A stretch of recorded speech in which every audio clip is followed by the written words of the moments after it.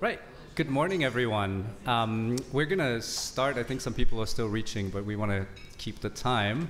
Good morning. Welcome to everyone to this crisis group event. My name is Pierre Prakash. I'm the director for the Asia program at Crisis Group, based here in Bangkok. And I won't take long, as the idea is really to benefit from the insights of our wonderful panel that we'll have assembled today. But I just wanted to say a few quick words of introduction. First of all, to introduce our organization, for those of you that don't know our work. Crisis Group is a policy-oriented advocacy organization that focuses on conflict resolution and conflict prevention.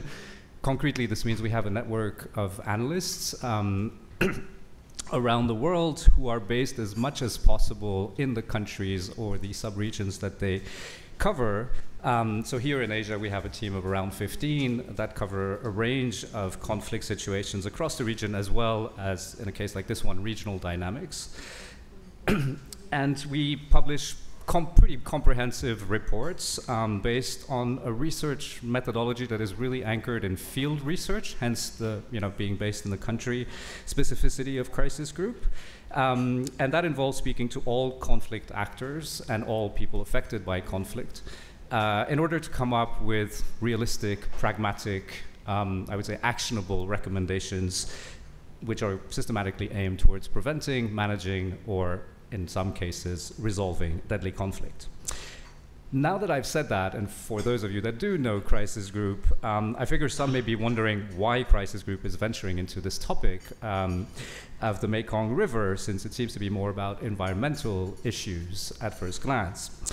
Well, beyond our traditional work, which is indeed very much focused on given conflicts and increasingly actually on geopolitics as well, a few years ago we created a new department in Crisis Group, which is called the Future of Conflict program, which focuses on thematic work streams.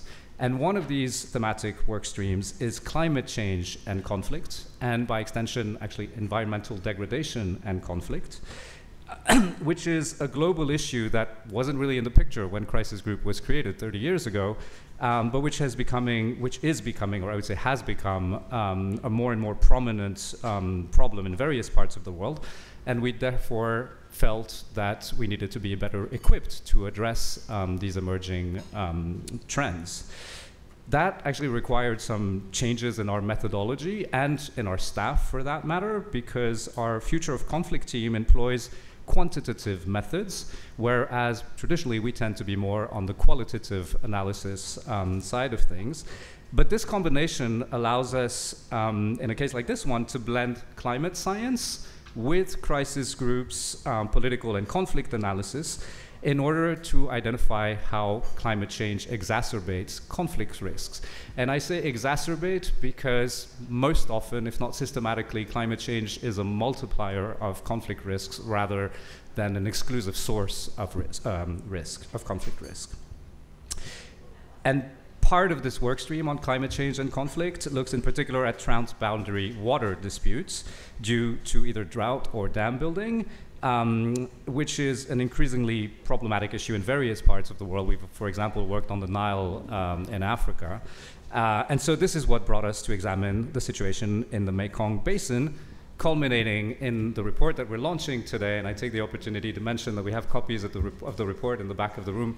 Please do pick one up. And so the main question is, what's the link to conflict when it comes to the Mekong? Well, there is, our research at least indicates, there's no imminent conflict risk on the horizon, but the social and political consequences of the very clear environmental trends over the long term are alarming, because they could very well lead to social unrest, political violence, and in a worst case scenario, actual conflict. Hence the need for anticipation and action to improve transboundary resource governance and avert such a worst case scenario. I'll leave it there. I think we'll come back to a lot of this during the panel discussion. We are going to actually kick off with a small video which gives an overview of the topic, which was shot in northern Thailand. And then after that, we'll move to the panel. And following the panel, of course, there'll be an opportunity for a Q&A. Please do ask us questions, ask the panelists questions, rather. And I also take the opportunity to mention that there is coffee in the back of the room throughout. Please feel free to go and help yourselves. Thank you very much, and we'll launch the video.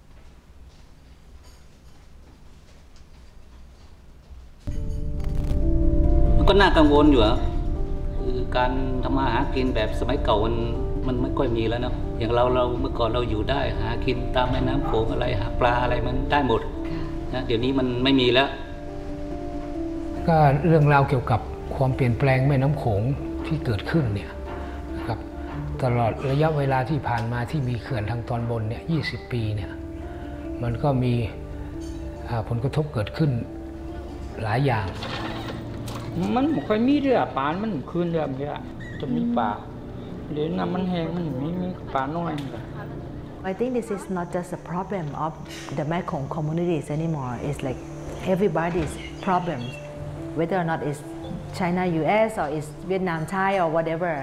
We're defending for the rights of the river. We're defending for the rights of ourselves.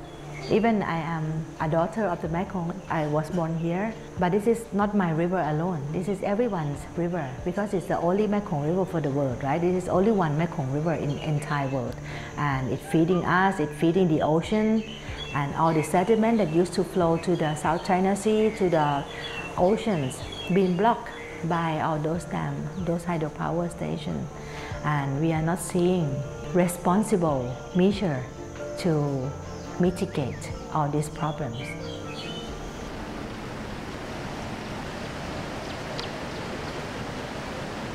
The Mekong River flows almost 5,000 kilometers from the Tibetan Plateau through China, Myanmar, Laos, Thailand, Cambodia, and Vietnam, draining into the South China Sea. The river and its tributaries are fundamental to the way of life and cultural identity of the 17 million inhabitants of the Lower Mekong basin. Of these people, most are fisher folk and farmers who rely on the natural flow of the river for their livelihoods.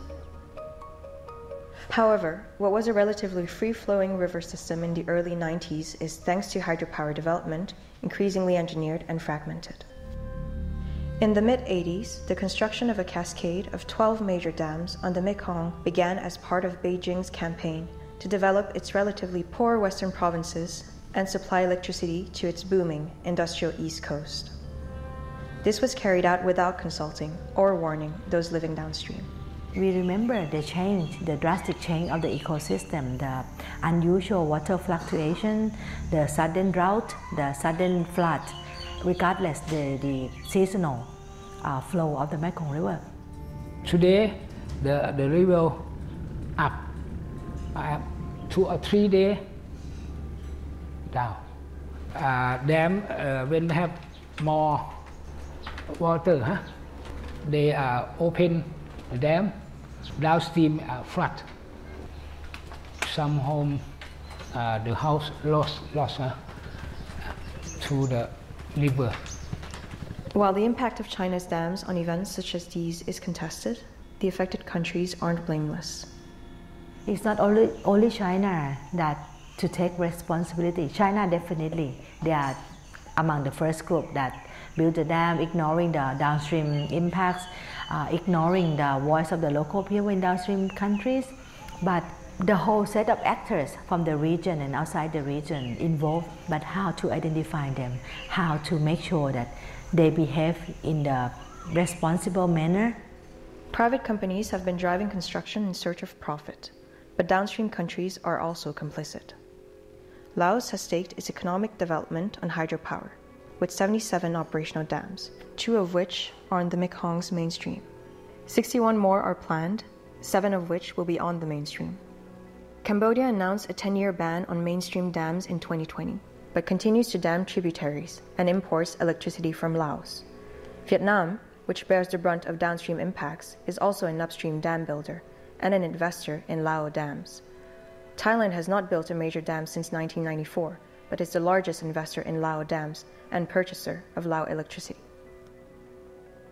Despite early enthusiasm for other Chinese development projects along the Mekong, including for hydropower dams on China's portion of the river, Thailand has grown more cautious about projects that could harm its interests. In early 2020, a Chinese-led project to blast rapids on the Mekong to make way for the navigation of larger ships from China down the river was scrapped by the Thai cabinet. This was due in part to campaigns led by environmental activists such as Khienporn Dithet and Niwat Roi Kao, also known as Kruti. We work together to campaign against Mekong rapid blasting for large-scale navigation that proposed by China and Chinese companies. มันเป็นการทำลายแม่น้ำโขงแบบที่เราเรียกว่ามันน่ากลัวเพราะว่ามันเป็นการระเบิดเอาเกาะแก่งหินผาออกไปมันมีการระเบิดออกหรือขุดออกไปเนี่ยเรื่องพวกนี้มีผลกระทบหมดใช่ไหมเรื่องของปลาเรื่องของพืชต่างๆที่อยู่ตามเกาะดอนต่างๆแล้วก็จะมีผลกระทบเรื่องความมั่นคงทางอาหารของคนด้วย People raise an issue about the natural resource security, food security, and national security. What would happen if all these natural barriers are removed and large-scale vessels from China can come to Thailand easily? The Mekong has become another arena for U.S.-China rivalry and is sometimes even portrayed by journalists and policymakers as a potential geopolitical flashpoint, comparable to the South China Sea. It's also where the contest of international power happens. It's the Americans, it's the Chinese, it's the Indonesians, South Korean, Australia. Framing the river as an arena for great power competition irks many people in the region, as it suggests they must make a choice between China and the U.S. Lower Mekong countries face the dilemma of balancing strong economic ties with China and protecting national interests that may not align with Beijing's approach. The U.S., meanwhile, has criticized China's dams on the Mekong and its infrastructure diplomacy. While all this is playing out, poor and marginalized communities in the Mekong basin are the ones left to deal with the ongoing damage to the river. มันก็มีหลายอย่างนะที่มันผลกระทบนอกจากหนึ่งเรือมันวิ่งไม่ได้แล้วใช่ไหมเรือมันวิ่งน้ำมันตื้นเขินวิ่งไม่ได้แล้วก็ไอ้พวกที่เขาทำประมงนะมันก็มีผลกระทบเขาเพราะน้ำมันจะเปลี่ยนอยู่ตลอดเวลาเพราะว่าในฤดูน้ำหลากเนี่ยฤดูฝนเนี่ยน้ำมันต้องยกระดับสูงขึ้นการที่น้ำมันยกระดับสูงขึ้นในฤดูฝนเนี่ยน้ำมันก็จะไหลเข้าไปในแม่น้ำสาขาต่างๆในแม่น้ำโขงปลาจำนวนมากมันก็จะเข้าไปวางไข่แต่ที่ผ่านมาหลายปีที่ผ่านมาบางปีเนี่ยหลายปีที่ผ่านมาบางปีนี่น้ำมันก็ไม่ยกระดับขึ้นเต็มที่ทำให้ปลามันก็ไม่สามารถเข้าไปวางไข่ในแม่น้ำสาขาได้มันก็ทำให้ปลาเนี่ยปริมาณปลามันลดลงมีผลกระทบการที่มีผลปริมาณปลาลดลงก็มีผลกระทบกับคนหาปลากลุ่มพี่น้องชาวบ้านที่พึ่งพาอาศัยปลาเป็นโปรตีนเนาะ 2 weeks ago, I went with Kruti on the boat ride on the border, and we stopped at one of the beach where Laotian women came to collect the river weed, the guy, and I talked to her, and she said, collecting river weed during dry season when the water level is clear, she earned as much as 1,500 baht a day, which is huge. And suddenly, when the water level dropped because of the Jinghong Dam, all her harvest gone. In the normal stage, it gives us not only income, but gives us dignity because it's our own money. We don't have to rely on husband or father or male member of the family. So the value is not only economical value, but it's value, dignity of you as a human. So how can this kind of value be seen and document and systematized in the decision making? That's a huge challenge. These environmental changes may ultimately cause large-scale displacement and migration, which could, in time, lead to social tensions and political instability within each country. Despite this, most Lower Mekong countries continue to build and fund large hydropower dams. Supporters of hydropower argue that dams propel economic development, control flooding, reduce drought, and help to alleviate poverty. They also justify hydropower as a source of green and sustainable energy, but not everyone sees it that way. The hydropower in the Mekong River being mislabeled as a green source of electricity. It could be no carbon, but it's not sustainable, and it actually creates more problem to other people. The cost of large-scale hydropower, including loss of fisheries and sediment, as well as the expenditures necessary to compensate communities that are relocated and provide alternative livelihoods, need to be weighed against the anticipated benefits of generation, irrigation, and flood control. Rivers that flow across borders tend to foster international cooperation rather than conflict. This is the case in the Mekong region, where states cooperate on building large-scale infrastructure, but turn a blind eye to the environmental damage and social impacts that result from it. At the heart of this lies the fear of losing what states see as their sovereign rights to derive maximum economic benefit from available water resources. ปัญหาแม่น้ำโขงทุกวันนี้ก็เพราะว่าฉันสร้างในบ้านฉันนี่แหละคำว่าสเตทหรือว่าอำนาจของรัฐน่ะมันยังอยู่เหนือกว่าคำว่าการใช้ทรัพยากรร่วมหรือว่าการดูแลทรัพยากรร่วมกันน่ะมันยังอยู่เหนือกว่าไง Despite this, there is still hope, should policymakers acknowledge what is happening and take action now. A low-emission energy future for the region that doesn't depend on large-scale hydropower is possible. If investment in renewable energy is accelerated, the Lower Mekong Basin countries can reduce or eliminate emissions and still meet rising energy demand by 2050 through a combination of solar, wind, biomass, and off-river pumped hydropower generation. As a biodiversity hotspot, the river should be a priority for international sustainable finance. Collecting and sharing data is crucial for better management of hydropower in the Mekong Basin and for mitigating its impacts, particularly flooding. Data sharing should include affected communities to strengthen early warning systems and to help guide policymaking and encourage accountability. Authorities should also allow those affected to voice their concerns to policymakers and participate in decisions on developments that will affect them. This should help promote the well-being of the millions of people living in the river basin. In the meantime, civil society is doing its best to promote initiatives to educate the public about what is going on and to ensure that the value of the Mekong is understood.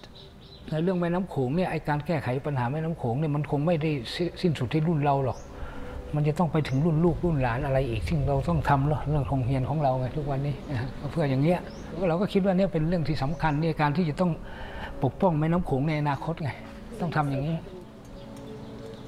I'm like myself as a daughter of the river. Kuti is a son of the river, and us as a children. So we will be here defending for the rights of the Mekong River as a heritage of everyone.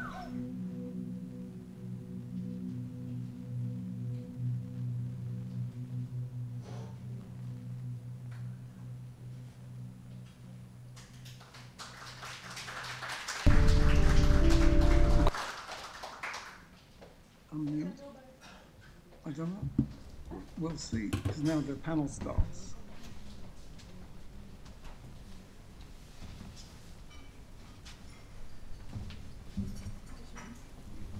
It's live. They can.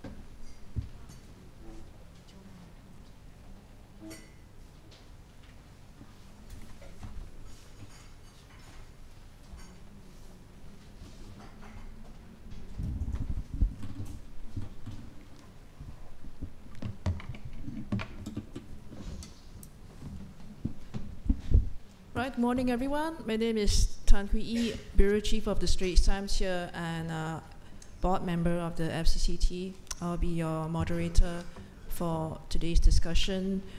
I hope you've had the chance to read the crisis group report. If not now, maybe later. But there are many important figures related to the Mekong. One of which is that there are some 200 hydropower dams in the Mekong and its tributaries, and there are plans to construct a lot more in the regional race to acquire clean energy. The experts say that the effects of all that are unpredictable, right? Well, you can do a data projection on the effects of one dam. It's a lot trickier to find out what's the cumulative impact of 200. So I myself spent 3 weeks this year traveling up to Cambodia and northern Thailand, speaking to the people living along the river, seeing how their lives have been transformed by all this development. And one of the things that I remember most was that they told me that the problem was not so much that there was too much or too little water, but the fact that there was sudden, unpredictable surges or plunges in the water level, and that's been devastating their lives and their livelihoods. So the discussion this morning tries to tackle the fundamental question, like, is there a better way forward? With us today, we've got Matthew Wheeler, author of the report, senior analyst of International Crisis Group in Southeast Asia. We've got Pai Ditit, Thailand and Myanmar Campaigns Director of International Rivers. And then we've got joining us online, David Wood, energy consultant and lecturer at Mae Fah Luang University. I'm just going to dive straight in and let Matt give us a brief overview of the findings of this report. Now, Matt, could you tell us, what were the main findings and what surprised you during your research? Thank you, Hui Yi. I want to thank you for moderating. I know it's a very busy time for you as you prepare to leave Bangkok after many years, so thank you for taking the time. Also, I'm delighted that Pai and David could participate in this event. I really appreciate it. So I joined Crisis Group in 2012, and my boss at the time gave me a bit of advice. He said, if you're ever feeling overwhelmed by a topic, which I often was in the case of this report, just stop and take a step back and ask yourself 3 questions. What is the problem? Why is it important? And what can be done about it? And you can see in our principal findings, we have 3 questions. They are similar to these 3 that were given to me as advice. They're not exactly the same, but sometimes 50 words isn't enough to convey answers to those questions. So I'll expand a little bit here now. Watching the video, which I actually think does a good job synopsizing a lot of the findings of the report, I was reminded that I really became attuned to these issues for the first time more than 20 years ago. I was an amateur observer of regional integration, and I went to Chiang Khong for the first time in 2003. I met Pai and other activists who, even at that time, were mobilized to challenge the large-scale infrastructure that was beginning to accelerate in the Lower Mekong region. And even prior to that, since the 1990s, scholars and activists have been warning about the consequences of large-scale hydropower and other forms of infrastructure, the consequences that they would have for people living along the Mekong and its tributaries. So in my personal experience, I turned my attention to other issues, and only in the last couple of years started to look closely again at what had transpired in the meantime. And basically, the warnings that were given 2 or 3 decades ago are being borne out by events. And one way to think about it is that the ecosystem services that are provided by the natural flow of the Mekong River system are being disrupted, and that's having really serious consequences for people whose livelihoods are based on the natural flow of the river and its tributaries. I think it's pretty well established now that there are serious declines in fish catch throughout the Lower Mekong basin.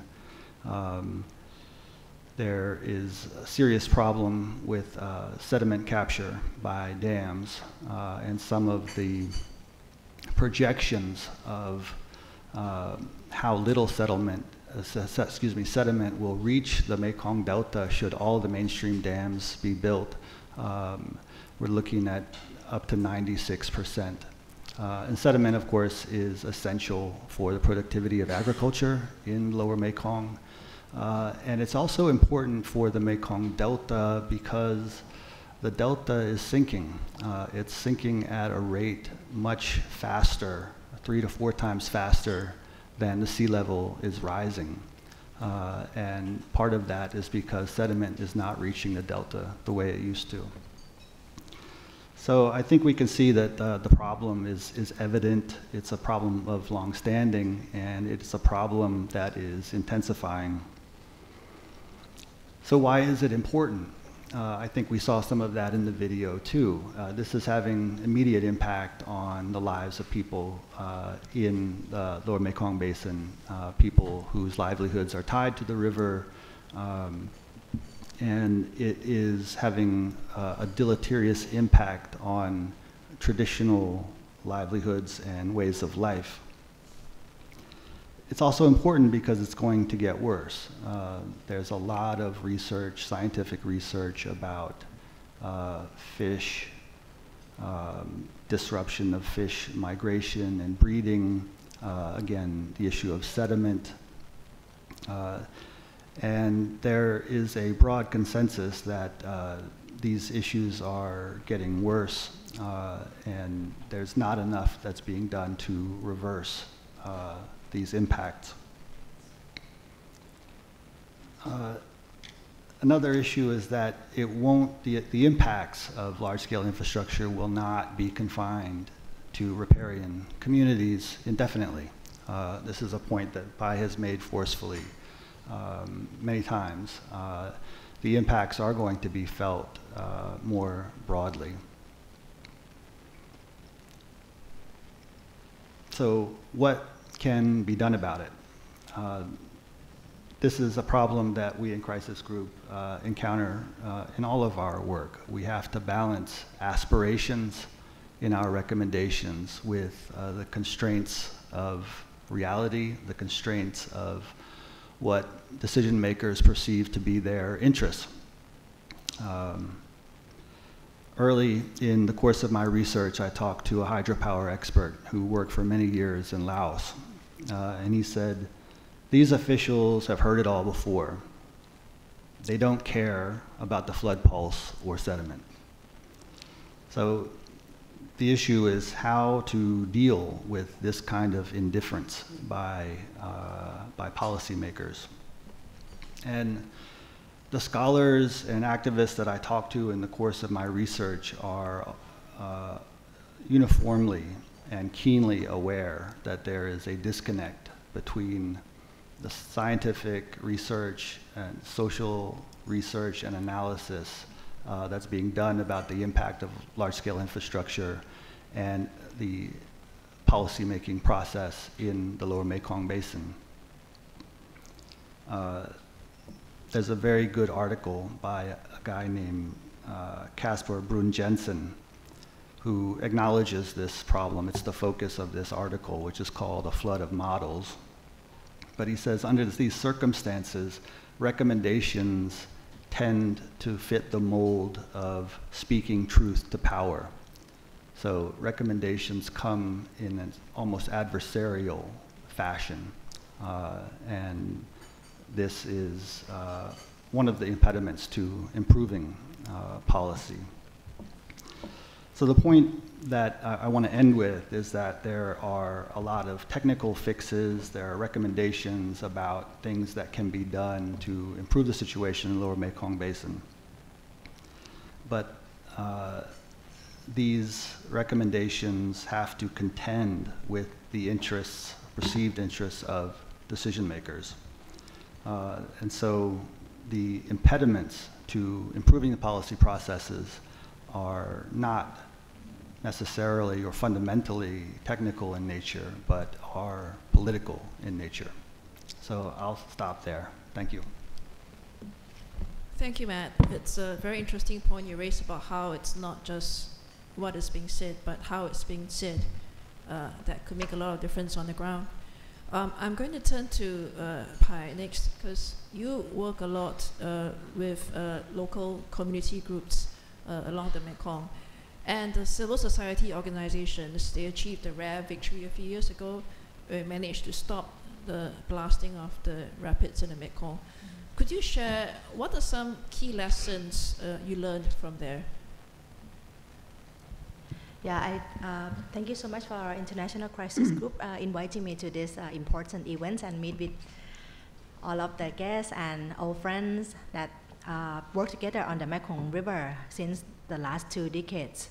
Yeah, the work on this has been, for me, has been very difficult. We see really small opportunity for victory, but we did once actually for the Mekong rapid blasting or the navigation channel improvement project that proposed and pushed forward by the Chinese companies together with the Chinese actors. It was there since 2000 and cancelled by previous governments, but came back during Prayut regime that the cabinet allowed the Chinese companies to conduct survey and design activities on Thai-Lao border in Chiang Rai province. As soon as we are aware of that cabinet resolution, the civil society groups, academics, and local communities got together right away during, I remember at that time was Christmas of 2016, that Chiang Khong Conservation Group called for an emergency meeting with all actors that we worked together before. And for 3 years, we used many channels. We deal with multiple actors, including Parliament Committee on Foreign Affairs, on Environment and Public Participation, the National Human Rights Commission. So we use every channel possible to voice our concern over this project. And most importantly, I would say that we got very important support from academics and from media, like FCCT also organized the event at that time, I remember. And it was well covered by media, so we got very good support from outsiders, not just riverine communities at that time. And in public consultation, because the project touched Thai soil, so it need to apply with the Thai environmental law. The company had to organize at least 3 public events, public consultation in Chiang Khong, Chiang Khan, and Vieng Can, and Chiang San district of Chiang Rai. To me, it was so surprised that without us preparing anything, but in every single public participation meeting, Buddhist monks, women groups, fisher folks, even local police came, and they expressed very well how much they're concerned about this project if it go ahead. If the Chinese vessel can come to this area, how the ecosystem services would lose. All this thing was so clear and from the affected people directly, and it was pretty surprised that in early 2020, Thai cabinet has a resolution, remarkable resolution, terminating the project and mentioned about the concern of the local population, particularly the social and environmental concern, which was like unprecedented for us. So that's our, I would say, the only victory that we had, and glad to share with you, and thank you so much for being part of that victory with us. Thank you. So I'm going to follow up with another question, right? How crucial are civil society organizations to governance mechanisms on the Mekong? Now, I ask this because while Thai CSOs are relatively connected and strong, it's not so in Laos and Vietnam, for example. And because of the transnational impact of any development along the Mekong River, I'd imagine the kind of strength that you see in terms of your advocacy might not apply elsewhere in other parts of the region, right? And I remember this conversation I had with an EGAT official. EGAT is the Electricity Authority in Thailand, many years back, and he went like, "Oh, yeah, we can't build dams anymore in Thailand because the civil society groups are too strong, so we're gonna build them in Laos." He actually admitted that to me, quite frankly, and And I want to ask you, how do you deal with that? The fact that the strength of CSOs in all these different countries are uneven. Yeah, I think first of all, talking about the role of civil society and the strength of civil society in Thailand, we have to mention and recognize the constraint of civic space in our neighboring countries. Talking about the Mekong region, Myanmar, Laos, Cambodia, Vietnam, organizing such event like this can be at your personal risk, right? So I think the civic space is very important. The civic space and freedom of expression and the role of media in those Mekong countries are incredibly limited, shrinking almost to zero. Just at the end of last month, our colleagues, our journalist got arrested, and he's one of the last outspoken journalists in Cambodia. So it's not that we are superb or anything, but of course Thailand has been under restriction for a certain level, but compared to neighboring countries, I would say we still have certain level of the space for us to speak and to constructively criticize the government and state policy and projects. But if you doing this like in other countries, neighboring countries, you can find yourself in prison easily. Mm-hmm. And so I think but I also need to acknowledge that the awareness of civil society and grassroots people in the region, how their creativity, how to exercise their best in their limited space.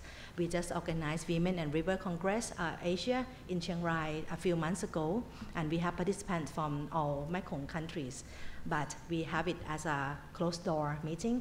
But it's important for participants to share their stories and to share their strategy together. And just 2 weeks ago, we organized this MEL or Mekong ASEAN Environmental Week in Bangkok, and we have active participation from youth, from journalists, from other countries, from the Mekong region.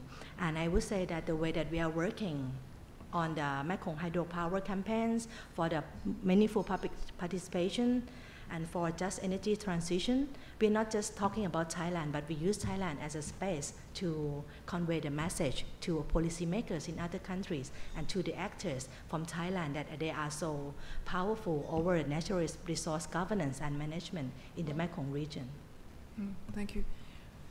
I'd like to turn to the floor now, just to let you know that I'm sure you have many questions you want to ask. I have my own list of questions for these panelists, but if at any point in time you want me to cut my own list short and just ask your question, please just raise your hand. I'll take note of that. Okay? I'm going to pose this next question to all the panelists we've got here. Are there better ways to build dams? Is there such a thing as a better hydropower dam design as some of the developers have tried to advocate? Anyone, please. Please. David? Shall I start on this one? Yes, please, David. First, welcome from a wet and windy Chiang Rai.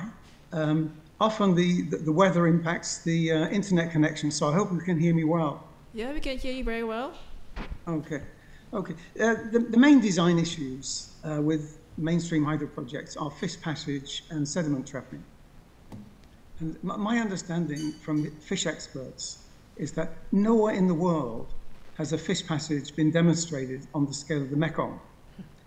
It's a huge river, has about 1,000 different fish species, has a high proportion of long-distance migratory fish, I think about 40%. So let's discuss the Xayaburi fish passage. According to the Mekong River Commission, MRC, it uses very expensive, state-of-the-art technology. But to other sources, it's very poorly designed. I remember a presentation a few years ago in Chiang Kong from a hydropower expert from Datang Corporation. That's the Chinese developer for the Pak Beng project. And their expert had studied the Xayaburi fish passage, and he reported publicly that it was too narrow, the slope of the passage was too steep, and that the resting poles were too short. And then Datang went on to claim that they would design a better fish passage for Pak Beng. Who knows? On sediment trapping, I mean, it's well established, dams block sediment flow. I mean, the dams are designed to prevent sediment entering the turbine inlets. They've got screens and filters, etc. Now, Xayaburi is equipped with a very expensive sediment sluice gates. But according to dam engineers, these gates would have to be opened for several months per year during the rainy season to be effective. Now, if they're open, less water goes into the turbines, produces less electricity and less revenue. So I don't think they've ever been used. So in my opinion, I don't think there's such a thing as a better dam or a good dam design. Thank you. Thank you. Would anyone else like to add to that? Technician, could you please open the Mekong map that we provided earlier, please? Yeah, asking about what's the better dam, or is there any good dams at all? I rather say that when we look at hydropower dams in the Mekong basin, we have to, for myself, I divide into two parts. One is the upper reaches, the Lanchang Cascade, 12 operational dams producing electricity and control the flow of most of the flow in the Mekong River. And it's very important that the amount of the water there is very significant for those living in downstream, particularly in Chiang Rai province, because in dry season, the water can be up to 95% directly from the Jinghong hydropower station, while the lower reaches, there are more other tributaries. I would say that for those operational dam in the upper reaches, the Lanchang Cascade, it needs a serious discussion with downstream countries, with meaningful participation from riverine communities, how to co-manage those hydropower stations with recognition of downstream needs too, not just for hydropower or for navigation for the owner of or the developer of the cascade alone. And for the lower basin, I would say that when we talk about whether or not this is good dam or not a good dam, I would like to refer to the strategic priority of the World Commission on Dams that released back in 2010. The strategic priority number 2 is that comprehensive option assessment. First of all, we need to talk about why do we need this dam. What do we actually need? Do we need electricity for Thailand? Do we need electricity for Singapore, for Malaysia, or for elsewhere? And what are the best way to generate electricity for those, and to where, and to whom, and how much? Looking at EGAT's website just this morning, the installed capacity for Thailand is around 50K megawatt, while the peak demand back in last month in August was just around 30K megawatt, meaning that we have about 20K megawatt not used, but we are being paid. We are paying for those power plants and hydropower station because of the take or pay power purchase agreement that Thailand EGAT signed with those independent power producers. So back to the question, why do we need those dams? Do we need Xayaburi? Might not. Do we need Pak Bang Dam project? We might not need it at all.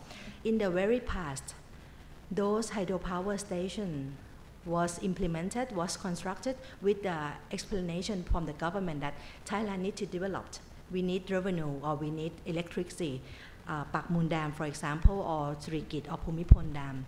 Even with that reason, there are many people, marginalized people, have to sacrifice their way of life, their livelihoods for those hydropower station for the national development. But looking at these dams on the Mekong River map, Xayaburi, Pak Bang, Pak Lai, Luang Prabang, who need that?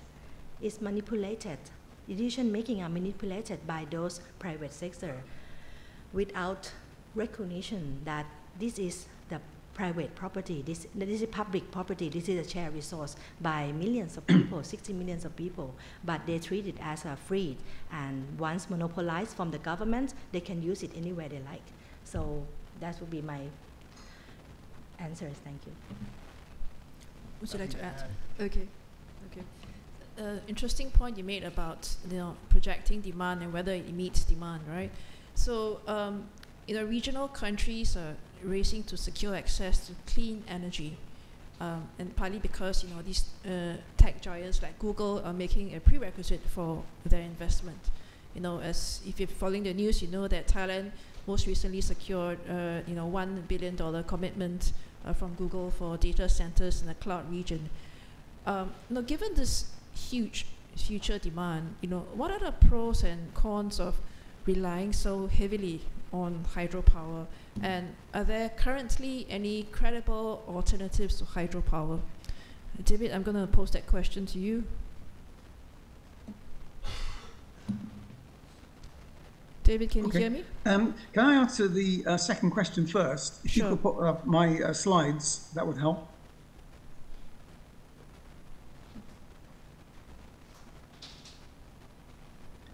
Okay, this slide shows the economics for the two mainstream projects already in operation, so Xayaburi and Don Sahong, and the four that are in construction and planning phases.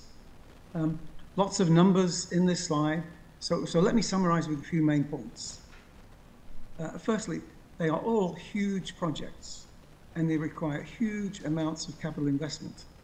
You can see the total capital is nearly $16 billion. Secondly, they're all very attractive projects, especially for the project developer. And this is shown by the large positive net present value numbers. Let me explain net present value, or NPV, for those people not familiar with economics. NPV is an estimate of the project value over its lifetime, which is generally assumed to be 25 to 30 years for the large hydro projects. And NPV is calculated, very simple, revenue minus costs. So operating costs, maintenance costs, finance costs. And the NPVs in this table are estimated from the project developer's perspective. And the total NPV is what? $1,030 million, or approximately $1 billion. Could you press on the forward button, please? There are two other notes. And the next one. Okay, and the next one, please. Thank you. Okay, so the NPV numbers don't include profit for the construction company, the electricity importer, the EGAT, and the banks that finance the projects. And I'll come back to that in a minute. They also don't include, and this is very important, externalities, such as the environmental and social impact costs. And I agree with what Pai just said about the need for the projects. I mean, the four new projects could generate 20,000 gigawatt hours. Pai, you said megawatt, it should be gigawatt. So they'll generate 20,000 gigawatts, and this is less than 2% of the forecast demand. So they are not essential for energy security. Next slide, please. Okay, so this slide shows the project economics with externalities. And so the top line, hydropower benefit, $1 billion. That's from the previous slide. And I've used here conventional accounting, which uses positive numbers in black and negative numbers in red.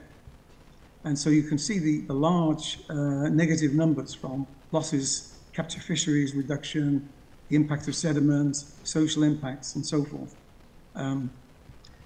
These numbers, huge numbers, are probably conservative.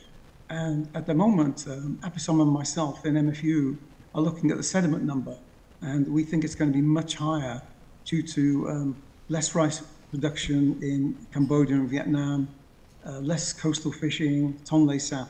So the 15 number could well be 20 or 25. So they're huge negative numbers. But the main point of the slide is that the externalities, the negative costs for the environment and social, are more than 30 times higher than the benefit. So why are the projects going ahead? Simple answer, huge profits. Next slide, please. So this slide lists the main beneficiaries. We estimated for Xayaburi alone, the construction company, the banks, the operating company, EGAT, would each make more, and this is for EGAT, this is for Xayaburi alone, several $100 million. Huge profits. Small Small income benefits to Laos from their share in the operating company, which is about 20%. And if you could press on the forward button, please.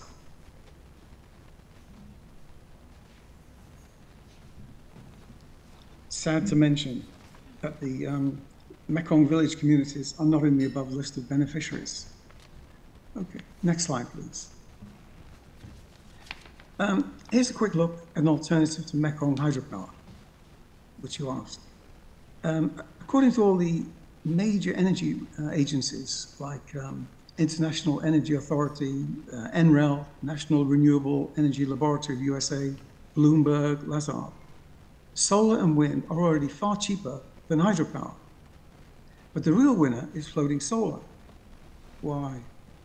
So floating solar, as I say here, has got many advantages compared to land-based. Obviously, there's no cost of land. You put it on a reservoir. There's no villager resettlement. Strangely, the efficiency has shown to be higher than for land-based. And also, if you locate it on an existing hydropower reservoir, the grid connection cost is lower. The photo in bottom right is the floating solar project on the Sirintong Dam in Thailand. This started up in 2021. And Laos has also recently approved a large floating solar project on the Nam Gun Reservoir. I think construction started and operation should also start soon. Next slide, please. Okay, so this slide compares those four new Mekong hydropower projects with an alternative floating solar. Now, if you look at the top line, it looks strange. The capacity for solar is higher than for hydropower, and that's because of the efficiency. Hydropower efficiency is typically 50 to 60%, whereas current commercial efficiencies, so sunlight to electricity for solar, is around 25%, so you need more of them. But nevertheless, the total capital investment is much lower for solar, construction time is shorter, and most importantly, the electricity cost is lower. And furthermore, floating solar is going to get cheaper. All those agencies forecast that the cost of making panels is decreasing and the conversion efficiency is increasing. Recently, it was announced that it had gone up from 25 to 30% in the lab. Next slide, please.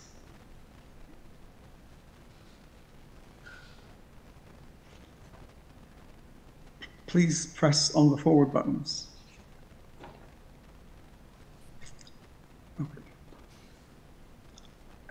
While you're reading it, let me comment on the last point, the recommendations. The Mekong, as Pai just showed, throws through several countries, and they're all impacted by mainstream dams. But no transboundary environmental impact assessment has been carried out.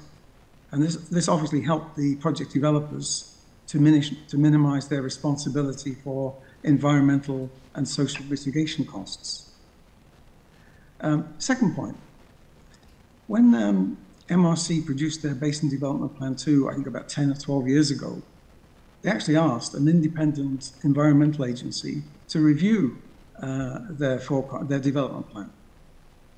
They used ICEM in Australia, and ICM recommended a moratorium on mainstream dams because fish passages weren't approved at that time.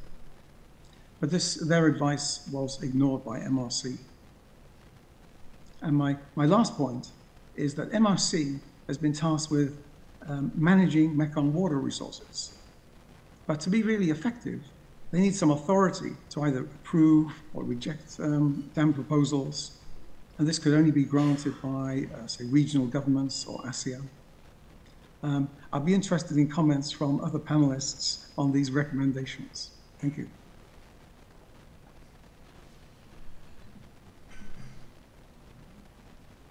Thank you. Would the other panelists like to comment on the recommendations? Yeah, I have one latest experience just 2 days ago when we had a meeting at the Parliament Committee on Land, Natural Resource and Environment at the Parliament, and it was following our complaints on the the Pak Bang Dam investigation, that how Pak Bang Dam is being proposed and the PPA signed without proper transboundary impact assessment and without proper explanation to the people in Chiang Rai how they use the latest flood and incident in northern Thailand, the flow from the Gok, the Mekong River and the Sai River all together to calculate the height of the water level if Pak Bang Dam is built. All those are not answered. But what's interesting and important for me is that the Parliament Committee also invite developers, but they didn't come. They just didn't come. They just ignore. And you know who are the one who powerful. And we see clearly from this that how all these decisions are being made without recognition of us as taxpayers, of features, of the rise of the rivers. They just ignore anything because they are so powerful, and they can ignore the letter invitation from the Parliament Committee even. Yeah, I'd just like to say that the recommendation about a regulatory role for the MRC, I think, illustrates the point I made earlier about this being a fundamentally political problem. In crisis group, we're always told to avoid recommending that somehow political will be generated to address any given issue. But this is something that I would think does need to happen, and it's, you know, the challenge is to find ways to prevail on those who have decision-making authority to recognize what is at stake. When it comes to a moratorium, you know, it's my understanding that we scientists are still trying to fully understand the cumulative effect of multiple mainstream dams, what those effects will be on fisheries, sediment. So we understand very clearly that these, you know, that the impacts are deleterious, but we still don't really know exactly how bad it's going to be if all of these dams are built. And nobody seems to know how to mitigate the environmental and social costs associated with large-scale hydropower in the Lower Mekong Basin.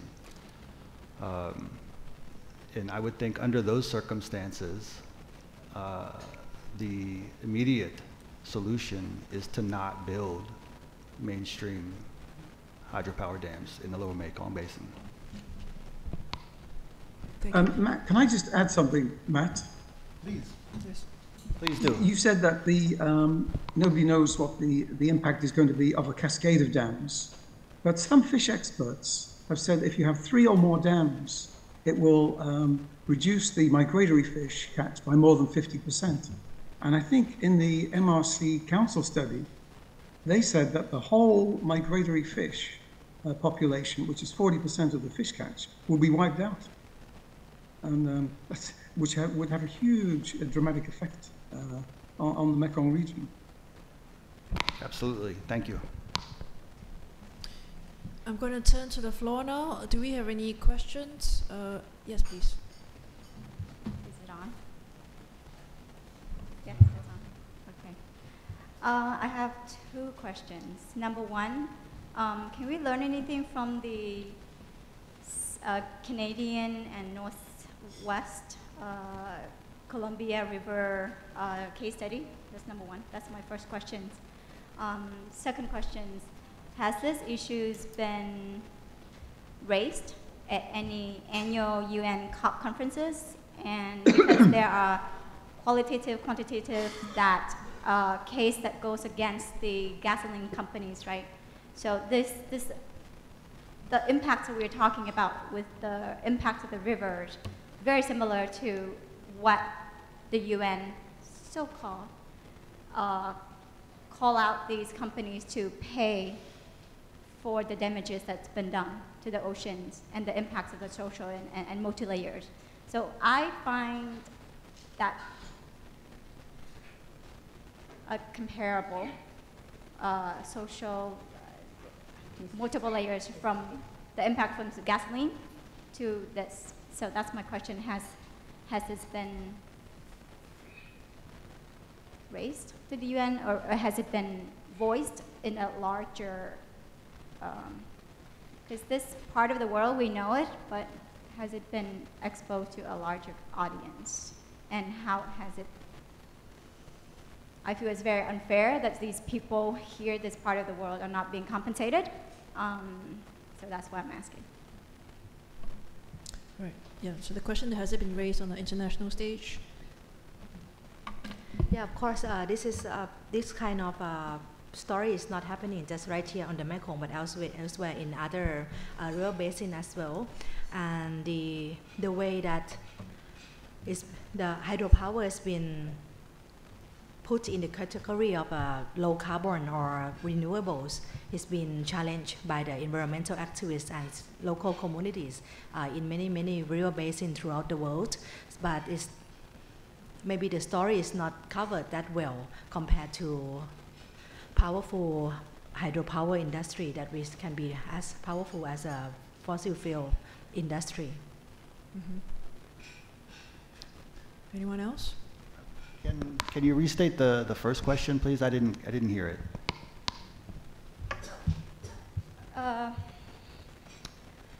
I was wondering, learning from the case studies from Canadian salmon case with hydropower, can we take anything from that to prove the point, a valid point?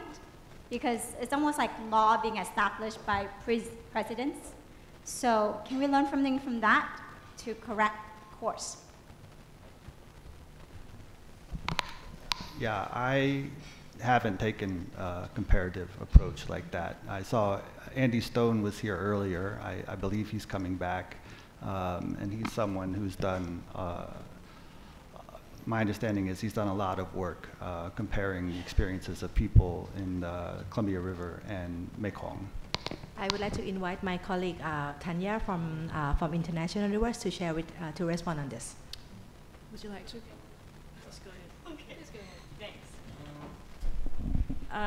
Thank you, actually. So yes, I'm also with International Rivers, and I'm based here, but I'm Canadian. And I would just say that I think it's important to recognize that the First Nations communities have been fighting similarly against hydropower projects, including on the West Coast in BC, and have held road blockades, and similarly have really pushed against the flooding of their territories and the loss of their lands. So in terms of lessons learned, I mean, I think at this point there's solidarity, and there's cross-border solidarity that is being built. And secondly, in terms of lessons being learned, it is important to recognize that recently there has been a dam decommissioning happening in the U.S., and that is the next step forward to consider as dams age,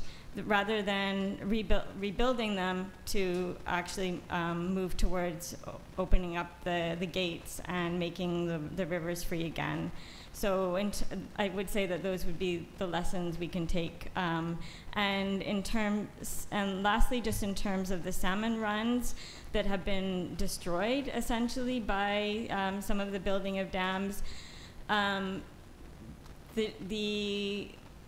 one thing that has been really pointed out is there is a major difference between the migratory diversity of species in the Mekong and the length of the Mekong in comparison to North America. So I think that it's just also really important to recognize the nuances of the context here are very different, and also the dependencies of communities here being, I think the report points out itself that the vast majority of communities rely on fish and agriculture for their livelihoods in this region, which is very different than Canada and the US at this moment. So thanks. Thank you. Can we take the next question, please? I'd like to ask, I guess this question is for Matt, as the author of the report, and you may have addressed it in the report, but if you could just give us a quick heads up. To what extent has the impact of, particularly in the Lower Mekong Basin, of everything we've been hearing today, resulted in tensions between governments, government to government level, and I'm thinking particularly Laos, Cambodia, Vietnam. Thank you. Can I ask you to identify yourself, please? Yeah, Tony Davis. I'm with Jane's Defense Publications. Excellent. Thank you, Tony. When I first started looking at this, I was thinking in sort of general theoretical terms that one would anticipate tensions between upstream and downstream countries, with upstream reaping benefits and downstream paying costs. And I think that's true to some extent, but I think there's an article by Suwat Lau Ha Siriwong and Mikio Oishi that looks at conflict potential in the Mekong. And they advance what I think is a really convincing hypothesis to explain the absence of conflict between states in the Lower Mekong. And that is essentially that rather than looking at it as upstream and downstream, it's probably more accurate to look at who benefits from the commodification of the river system. And I think, you know, we've learned from David pretty convincingly who benefits. And meanwhile, the costs are borne by primarily poor, marginalized communities, riparian communities. And those costs are borne basically silently. And so the tensions that one would expect to see between states are, in a sense, being absorbed by poor people. And that is, to me, a pretty convincing explanation for why we don't see more overt tensions between states. Because elites in all of these states want the same things, and they're getting those things for the time being. Thank you. Next question, please. Joydeep Gupta from the Earth Journalism Network. I have 2 points of information that I would want, details, and I have a couple of questions. 2 points of information. The first one is there any quantification of the sediment flow and the sediment being held back? And the second question is, your report also talks of sand mining. Do you have any estimate of the level, to what extent the sand mining is legal, to what percentage is illegal, and does this differ between countries, and to what extent? My 2 questions are about the alternatives that Pai and David have suggested. Pai, you talked about pumped hydro. We are seeing cases of pumped hydro projects coming up inside protected areas because they don't need EIA. So how would you safeguard against that? And my question to David is, you're talking of floating solar. Is there any study about the cost-benefit analysis with social and environmental cost benefits of floating solar? Because we are seeing issues of lower fish catch, lower productivity of the ecosystem in the river due to lower sunlight going in, and higher rate of destruction of those panels because they're not as well anchored. In a storm, it has happened recently a number of times. So, Matt, would you like to go first? Yeah, no, I'm just looking at my report to see if I can find anything that's comprehensive about sediment. My recollection in doing the research for this is that there's a lot of studies out there about sediment, but they vary, you know, based on which stretch of the river is being studied, time of year, that sort of thing. So I think if one is willing to dig, there's a lot of information and a lot of studies about sediment and lack of it, particularly in the lower Mekong. You also asked about sand mining. Again, there not as many, but there are a lot of studies out there that examine this.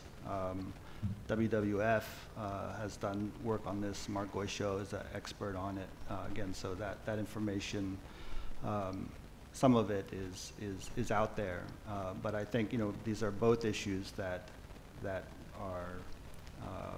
I think there's an understanding that more work needs to be done, particularly understanding sand mining. I talked to Ian Baird, who suggested to me not that long ago that one of the reasons that sand mining is so problematic is because so much sediment is being trapped, and so dams are really the more fundamental problem rather than extraction.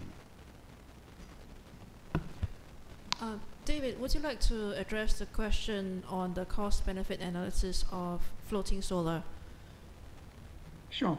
I think the point about the stability of the floating solar is valid, and most of the projects that I'm familiar with have been on inland reservoirs and not on the open seas or in windy areas, and that makes a huge difference.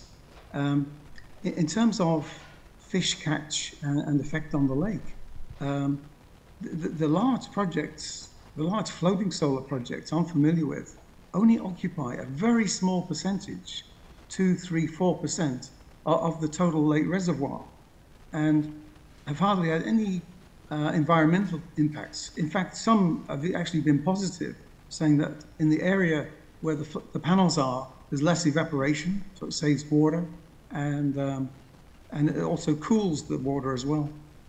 So I haven't seen a really, and let me say, a comprehensive cost-benefit analysis like we've done for hydro. But I think the benefits of floating solar compared to land are there, and certainly much better than the major hydropower, mainstream hydropower. Thank you. Thank you. Can we have the next question, please? Thank you.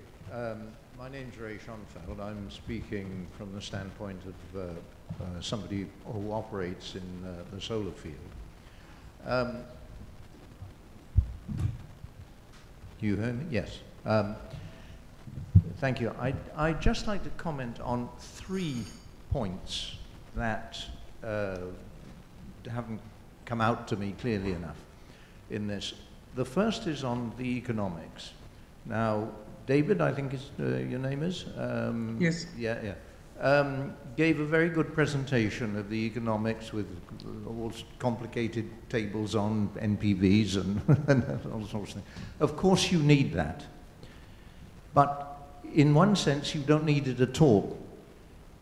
The fact is that over the last 20 years, and 20 years is the time frame that Matt Wheeler gave for his study of this field. Over the past 20 years, the costs of solar have been cut by so much that the whole economic comparison has been transformed.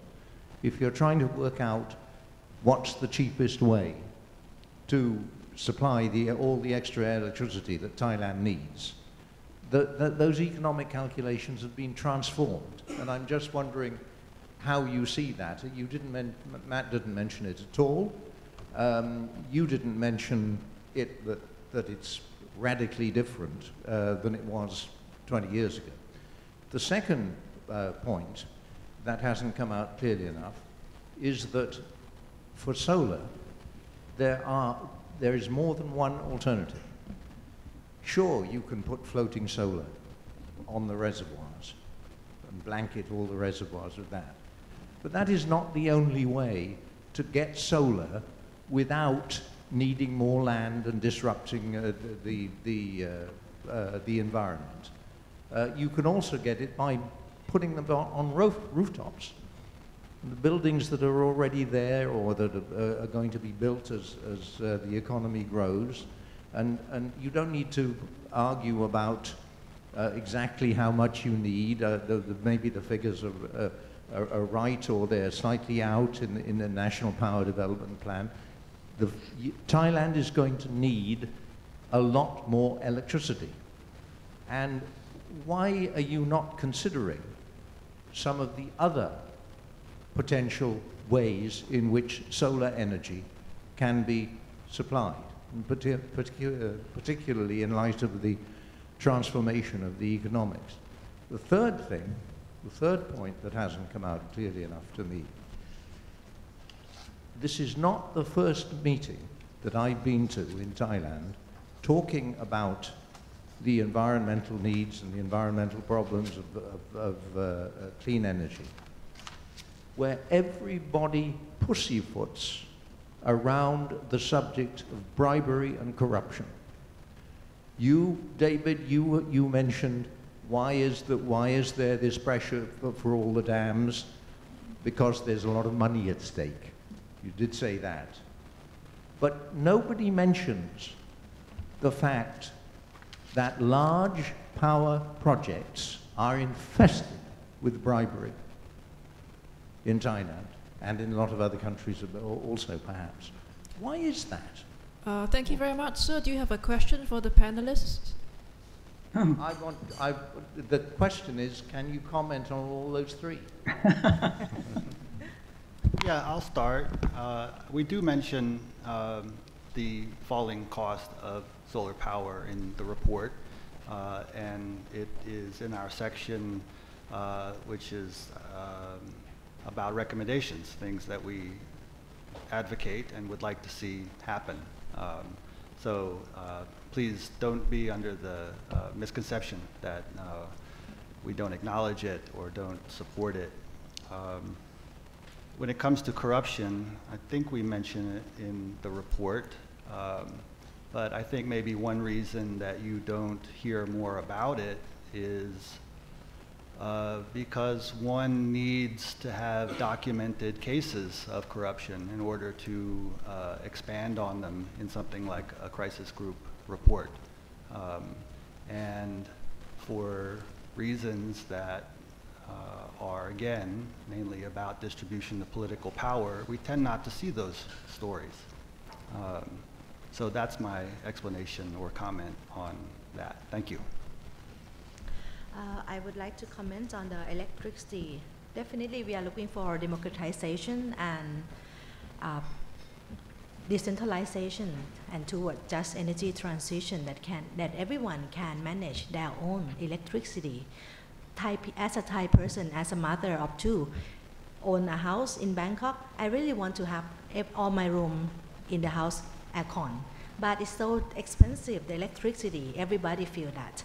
And I really want to have the solar roof, but it's so expensive for an activist like me.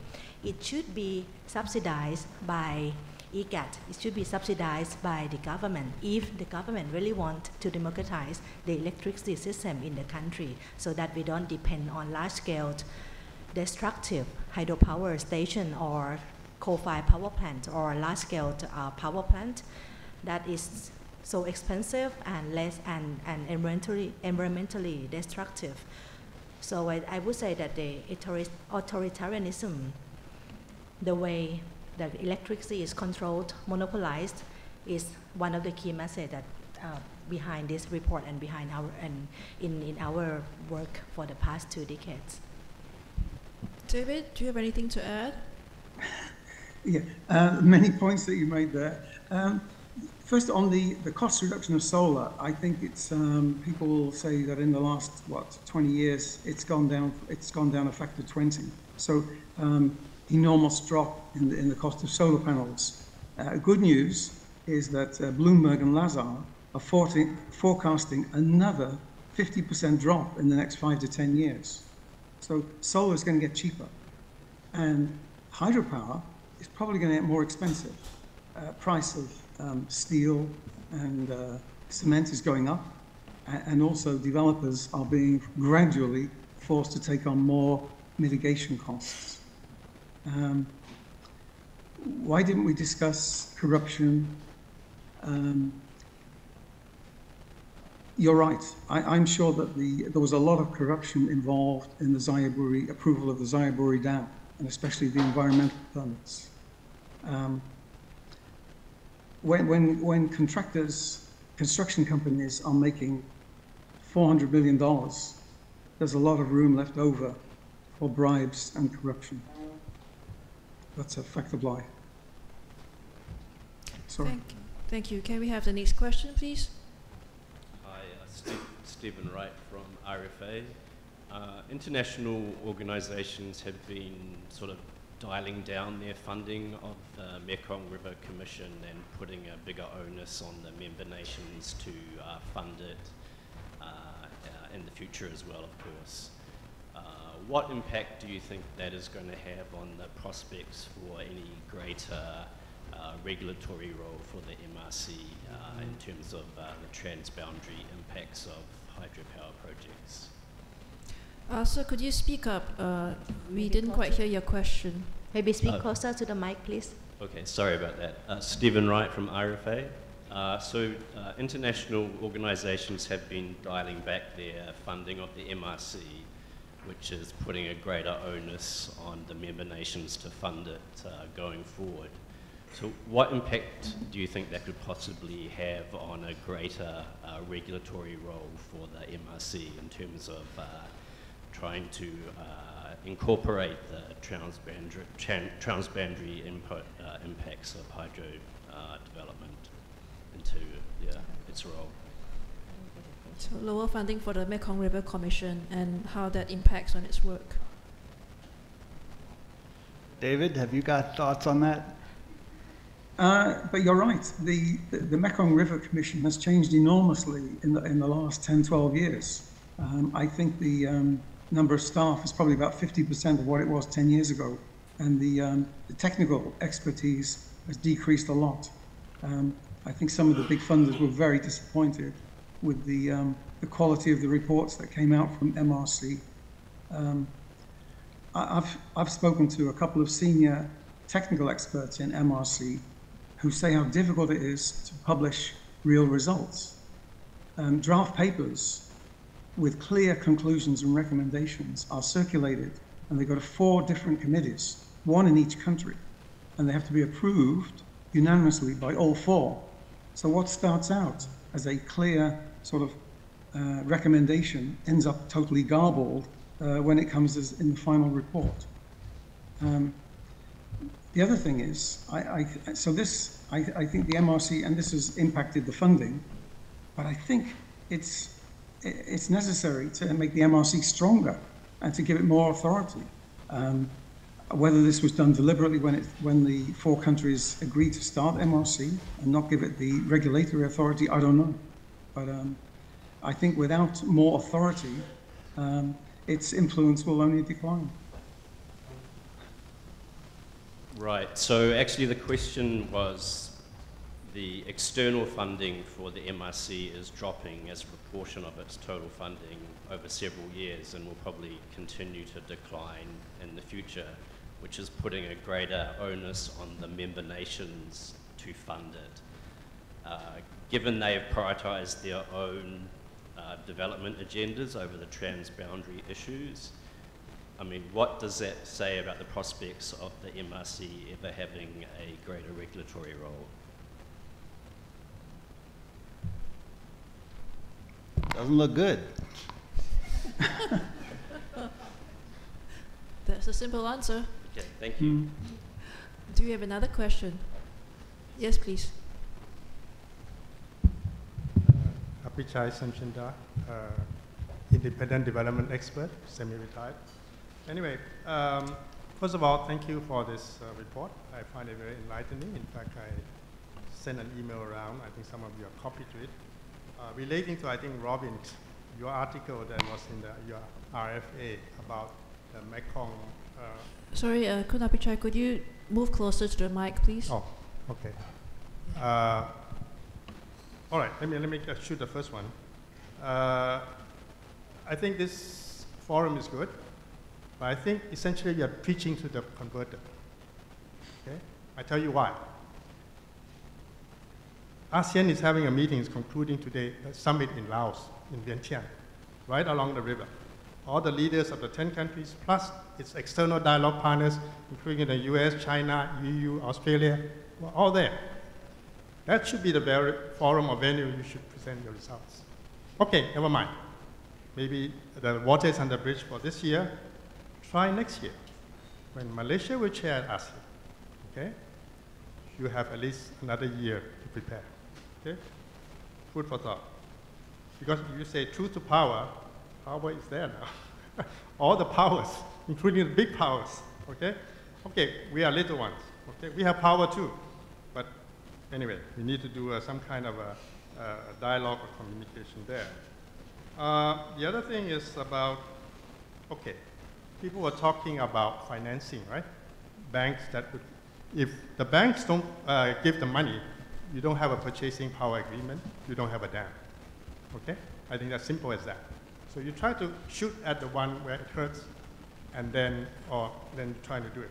In fact, I don't know, some of you may know Kun Sarini, who is a member of the Climate Finance Thailand, very active. And recently, she wrote a letter, open letter to the Siam Commercial Bank on the Luang Prabang Dam, which is now under construction, right? I think SCB is financing it partially. And she's asking questions or raising issues about the Equator Principles. I don't know whether you know. The Equator Principles are basically like environmental, social governance, kind of issues. And she's bringing up a few principles that she thinks SCB is not complying with Equator Principles, which SCB has signed up to. Okay? And I asked her, because in the letter, she was saying, this was in mid-August, and she was expecting the SCB to reply, give some answer in 2 weeks' time, which is the end of August. So at a meeting the other day with SEI, I asked her, because she was on the panel, and I said, did you get a reply? And if so, what was the reply? No reply, basically. Okay? Okay, maybe that's lesson number one. How to, maybe you have to keep pushing, yeah? Maybe it's not just the SCB, maybe there's also some other banks involved, or even multinational banks around the world. I mean, this is big business, like what you all say. I mean, also like climate, Who is behind, Why is coal still, thanks to the UK, by the way, they finally closed the last coal plant, but there are many others that need to be done, especially in ASEAN.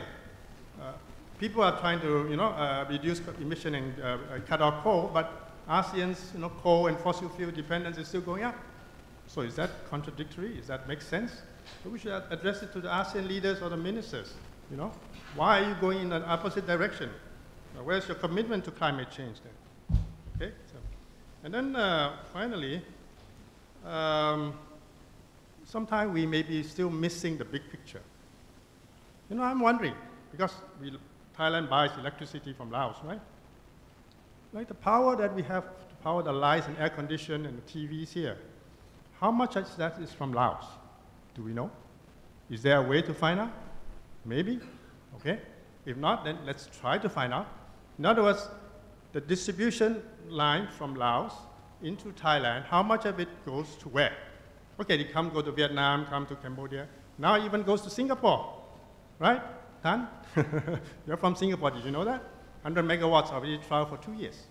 So do the Singapore users know where the origin source of things? Because Singapore bought electricity through the transmission line is because they are buying clean energy, green energy. But is this clean or green or not? We should like the Singaporean citizens to answer that too, or their government, okay? But more importantly, Thailand, okay? So I think, in short, these are good. You need data and statistics to prove things, but we need to find ways to really communicate with the people in power, whether it's the banks, the leaders, the ministers, or anybody, or the businesses, okay?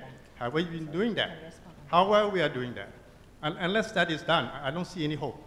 Let's put it better. MRC, yeah, no, just like in ASEAN or UN, sometimes it's okay, sometimes it's not.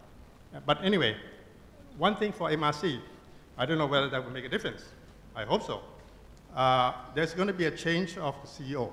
This is part of normal rotation. And the next country in line is actually Thailand. So Thailand has now more or less selected its CEO, but it's still going through the approval process. And we'll see. Come January, it's 3 months from down the road, we will have a Thai CEO. All right? And then we'll see what he or she could do over the next 3 years. Maybe we can start lobbying now.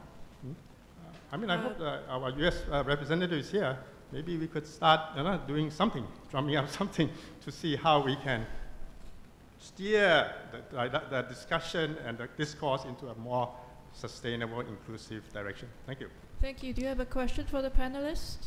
Food for thought. Because I think the action has to come.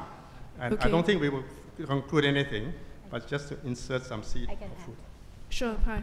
Yes, please. Yeah, I can add about our work regarding Thai financiers financing the hydropower dams projects on the Mekong River, including Pak Bang and Luang Prabang dams. We organized at least a few meetings at the Bank of Thailand, inviting all the banks that might potentially give the syndicate loan to all those projects, particularly Pak Bang, Pak Lai, and Luang Prabang projects. And we also invite affected communities, and along with the chief of municipality who would be flooded by backwater effect from the Pak Bang Dam project. And we officially sent them letters, so at least they are informed. Any decision making they made, and if it's violate the Equator Principle, which they are member of, can be something lawsuit or something in the future, but at least we've tried to inform them officially.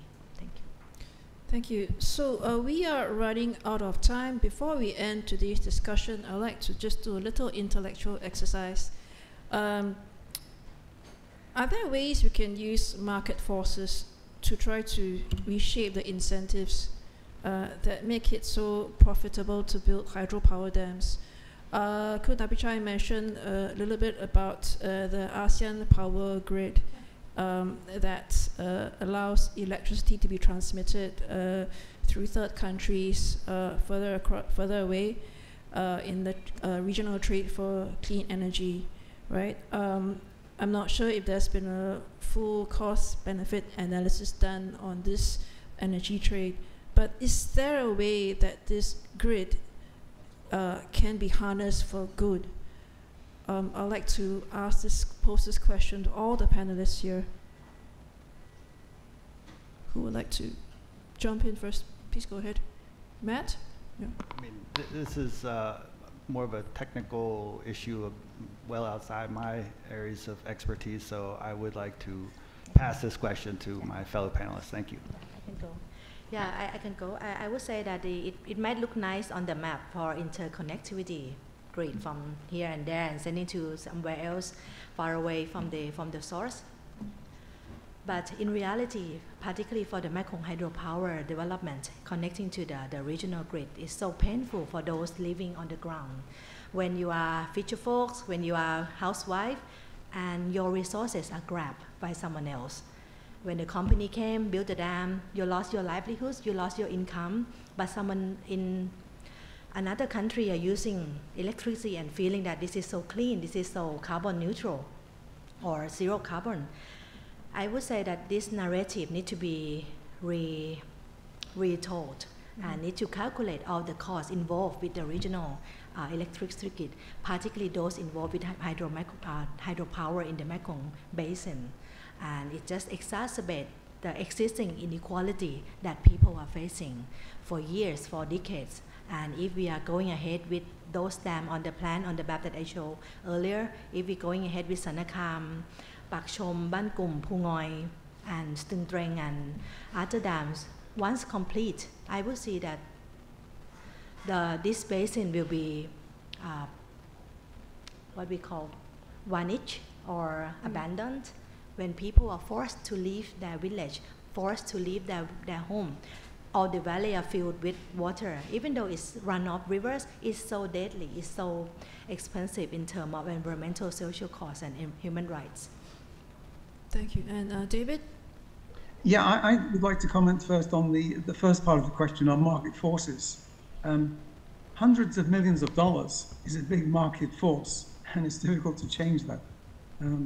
I can only think of a couple of ways that might affect it. One is to decrease the profit incentive for project developers, make them pay for more environmental and social mitigation costs. Maybe another idea is to convince project developers to invest in large solar and wind rather than hydropower. But I'm not optimistic about this approach, as large hydro is so profitable. And the more money, the higher the capital for hydro, it means more money in the system. And as we said before, that means more scope for graft and bronze. On the ASEAN grid, I do have a few comments there. The current ASEAN grid is not fully integrated, and it's not very efficient. In Laos and Cambodia, there are large transmission losses. I think more than 10% of the electricity which is generated is just lost in transmission, whereas global norms are only a few percent. Also, there have been reports of blackouts in Cambodia and Vietnam, and that even though they're neighbors in Laos and Thailand have a huge electricity surplus. So if we had a fully integrated grid, that would prevent this. Another incentive for grid management is it would maximize the use of solar and wind, because they have nearly zero operating costs. And it would also reduce the need for a high generation capacity surplus. And that would save money for EGAT and for consumers. Another way to improve the grid is to install what I call consumer smart meters. I have a brother in Stavanger, and in his kitchen, he has a device about the size of a mobile phone, and it shows him how much electricity he used in the last hour, what's the current price of electricity, what's the forecast price in the next 24 hours. And so he has 2 EVs, and he programs them to charge about 4 o'clock in the morning. His wife programs the washing machine to come on at 6 during cheap periods. And this has actually reduced electricity consumption in Norway. Obviously, quite an expensive investment. But let's hope that comes here soon. Thanks. Great, thank you for these recommendations. That's all we have time for today. I'm sure many interesting conversations will continue afterwards. Please join me in thanking the panelists for this exciting conversation. And there's lunch waiting for you, as well as more coffee. Thank you very much. Have a great day.